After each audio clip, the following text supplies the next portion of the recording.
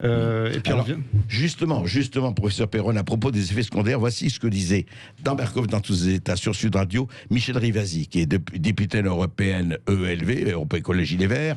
Il y a une semaine, voici ce que disait Michel Rivasi, écoutez, sur les labos. On ne sait pas qui va être responsable des effets secondaires. Alors les laboratoires nous ont répondu, on ne veut pas être responsable des effets secondaires.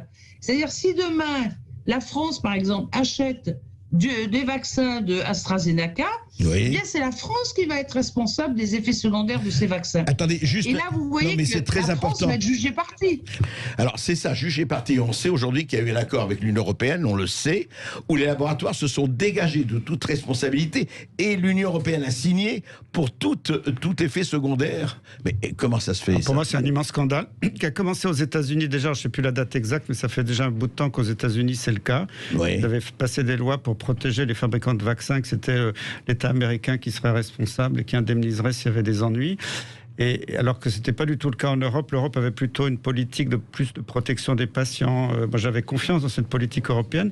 Et là, je vois que sous la pression des lobbies, d'un seul coup, on dit les fabricants de vaccins ne sont plus responsables. S'il y a des morts, s'il y a des effets secondaires gravissimes, ce ne seront pas eux les coupables. Ce sera au gouvernement français qui ne sera toujours pas coupable, mais éventuellement d'indemniser les victimes. Oui, c'est tout à fait étonnant. Et c'est ça, il y a une cascade en fait, de déclarations, notamment aussi celle-ci. Je voudrais vous faire réagir, professeur Perron.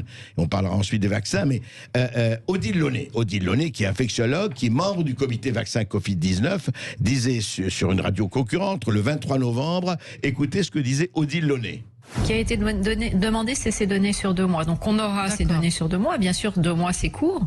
Et donc ce qui explique qu'on va vacciner en priorité les personnes qui sont le plus à risque de faire des complications de cette maladie pour lesquelles on peut accepter qu'il y ait des effets indésirables. Donc on va, dans le cadre de ce qu'on appelle la balance bénéfice-risque, on va prioriser pour les premières doses de vaccins. Tout le monde ne va pas être vacciné en même temps. On va avoir des vaccins petit à petit pour commencer les gens qui sont le plus à risque de faire des formes sévères. Voilà. Alors, c'est ce que d'ailleurs préconise la Haute Autorité de Santé. Mais alors, moi, cette phrase, quand même, elle m'a interrogé, c'est le moins qu'on puisse dire.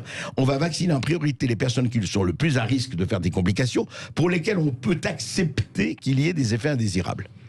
Moi, je suis terrifié par ce genre de phrase, parce que qui vont être ces personnes? Ça va être les personnes âgées dans les EHPAD. Déjà, aujourd'hui, on ne les traite pas, on les laisse mourir, on leur offre le Rivotril.